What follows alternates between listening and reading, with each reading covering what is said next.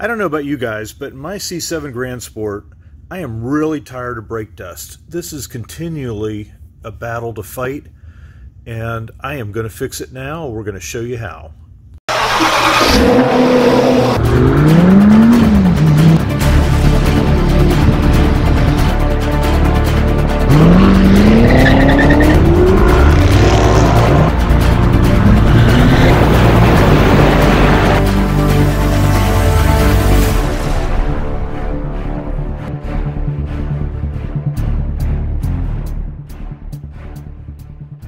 Welcome to the Full Octane Garage. I don't know about you, but I am sick and tired of cleaning brake dust off of wheels, so we've come up with a solution.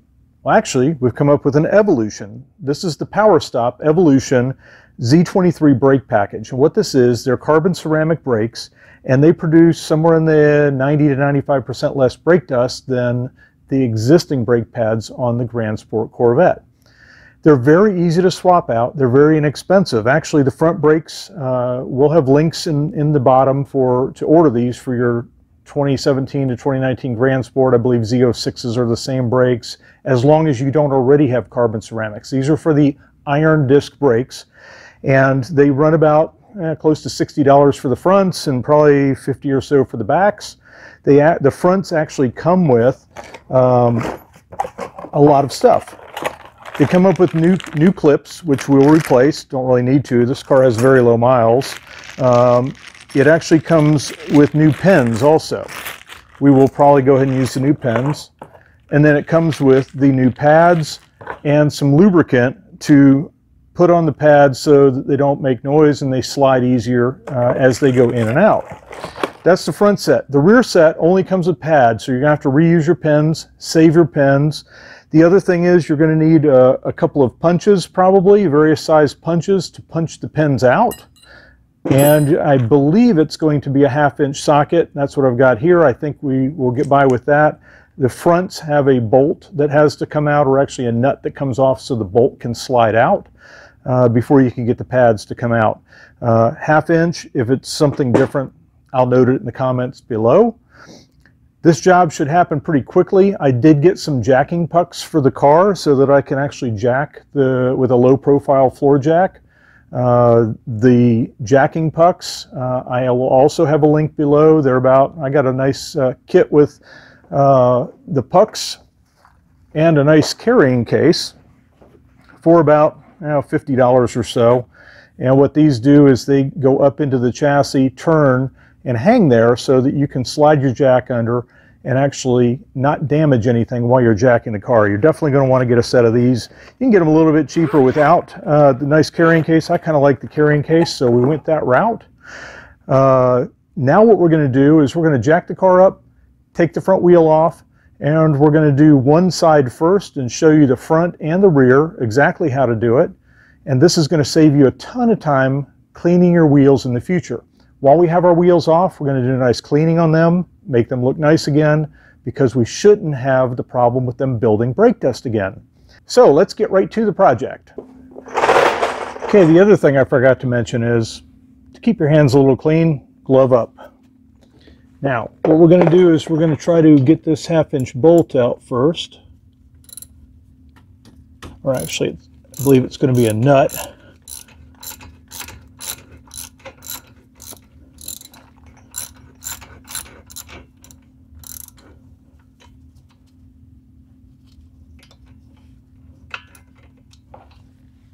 It's actually a slip nut that goes into this slider, and once we get the spring off, that slider will come off.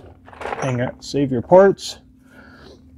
The next step is going to be to take the top and lower pin off. What we're going to do is we're going to tap them in. Once you get one pin out, the other one comes out quite easy. So what we'll do is we'll get our hammer. We're going to use a flat edge device to tap this out.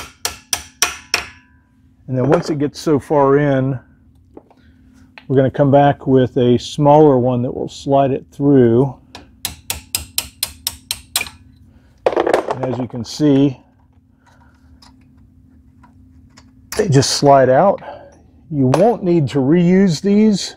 This will come out. Remember what direction they come out. They actually are curved so that the pins will slide through. It'll be pretty apparent. And the other thing is, if you look, this big hole is in the bottom. We're going to remember that that big singular hole is in the bottom. So do remember geometry where it goes. We'll lay it down like that. This pin will come out. This is going to be reused and cleaned.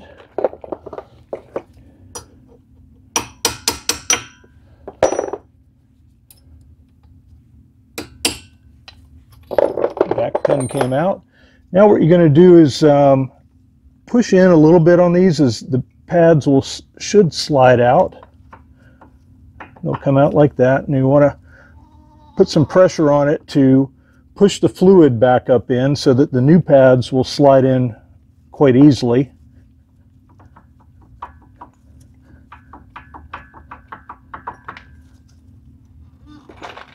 So you push in both of them, you'll hear the brake fluid going back up. They come out quite easily. These pads are still fairly new. So we will put these pads aside. We want to remember, you know, kind of how they come out.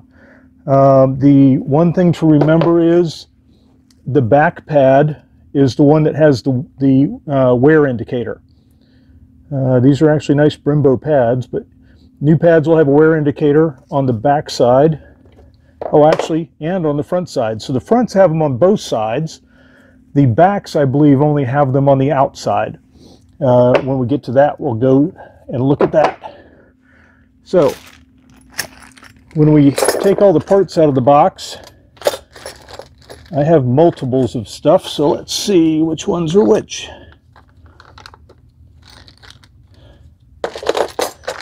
Okay, they sent me 2 different types of springs in this kit. And that's why it's important to match up the spring that you took out versus the one that you're putting back in. The second spring in this kit is smaller. I assume that it may be for a smaller brake setup. Yep. So if you look at this, one is a little bit shorter than the other. So one we do not use, so we want to use the one that matches this one identically. So this is the pin. That will go down. So we'll keep that handy. Now they sent me what appears to be 4 different pins. So I should have 2 for each side. And they should match the pins that I took out identically. These extra clips we'll just toss aside. And if we look at these pins, they are identical. So we will use the new pins, 2 on each side. And we will discard the old pins with the old brake pads. Now what we're going to do is we're going to take and put a little tub under here, get some paper towels, and we're going to clean up this brake caliper so it looks nice and clean when we put the tires back on. So let me get some cleaner. We're just going to use some Windex and see what that does to this stuff. Don't worry about getting it on the brake rotor. We're going to wipe all that down. But yeah, this stuff comes off quite easy. This car has about 7,800 miles on it, so it has gotten a little bit of brake dust buildup since new.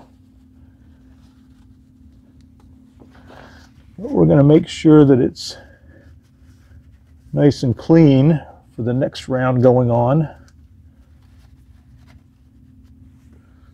This is the tedious, not fun part.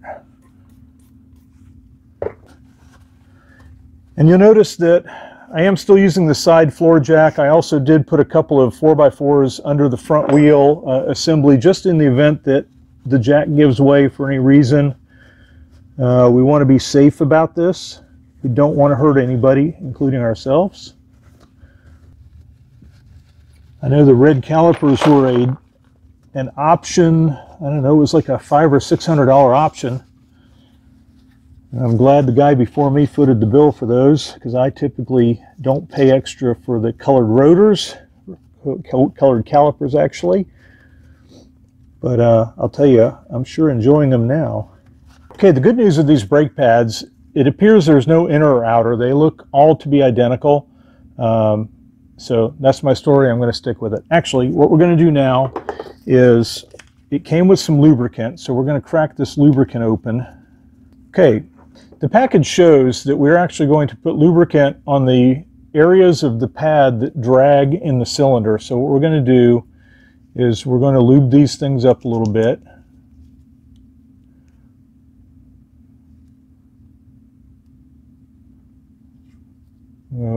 Put it along the top edge, make sure that we get it, don't get it on the pad itself.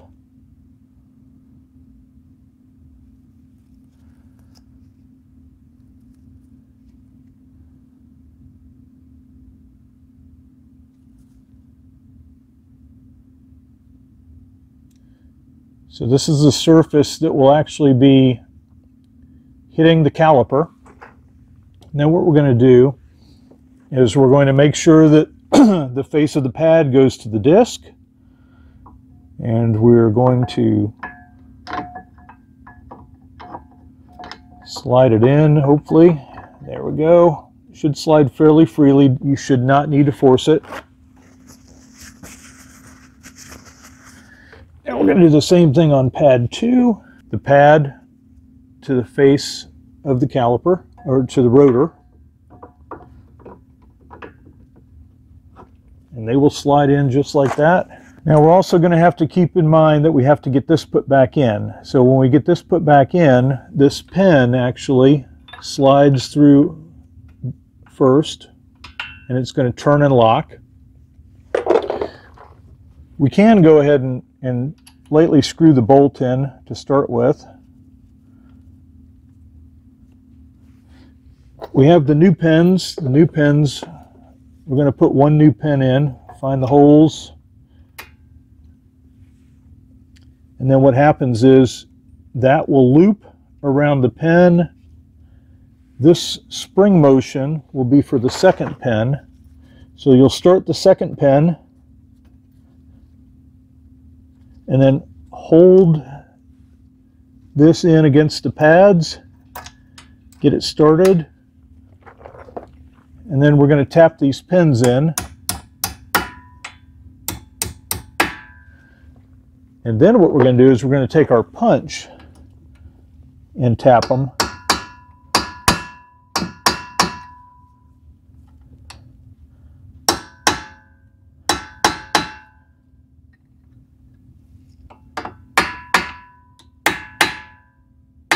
So they will bottom out. And then we're going to go ahead and tighten our bolt up. And this is just going to snug up. Clean it up just a tad. A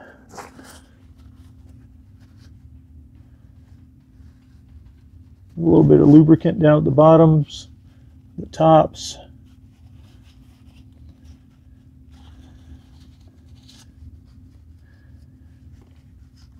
And that's as easy as it gets for the fronts.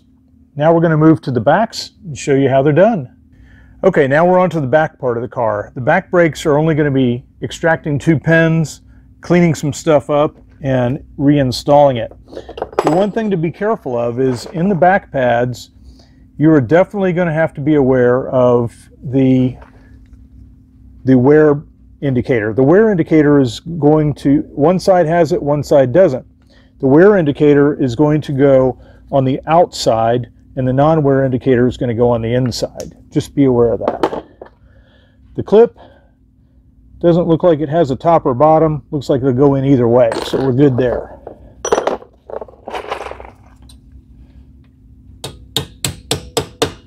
Okay, that pin is smaller than the front, so you're going to need a smaller punch to get in here.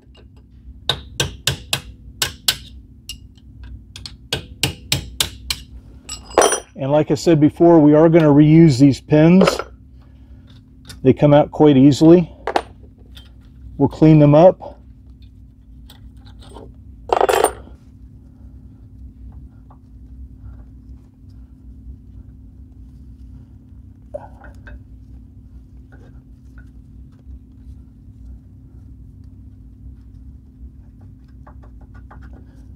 Just keep putting some pressure on the pads to put the pistons back in. As you see, the wear indicator is on this side, so we are going to continue to put the wear indicator on this side. This pad has no wear indicator.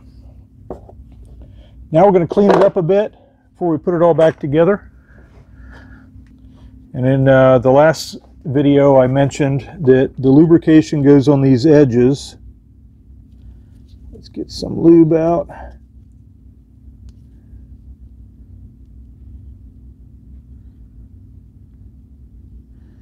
This looks a lot like just some Vaseline, but it probably has some other nature to it. Okay.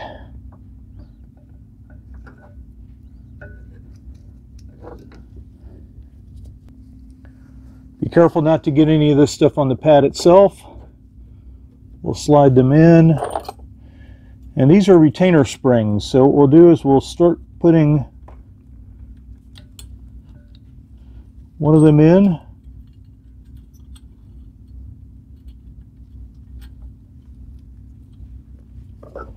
And we'll tap that guy in a little bit. Well, that's easier said than done.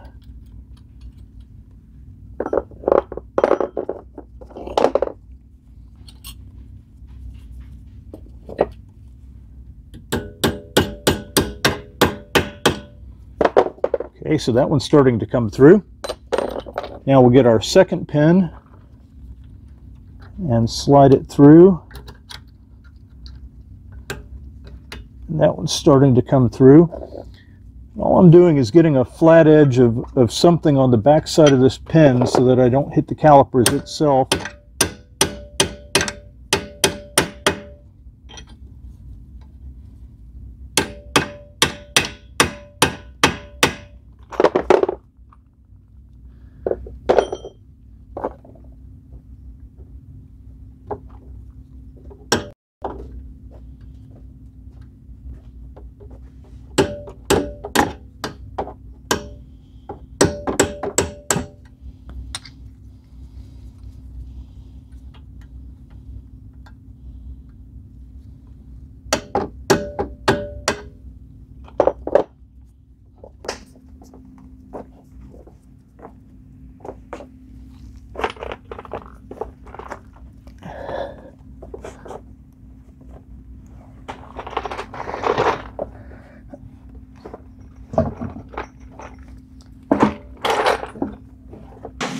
And now to the final part. Once the car is on the ground, don't forget to torque the wheels back to 100 foot-pounds all the way around.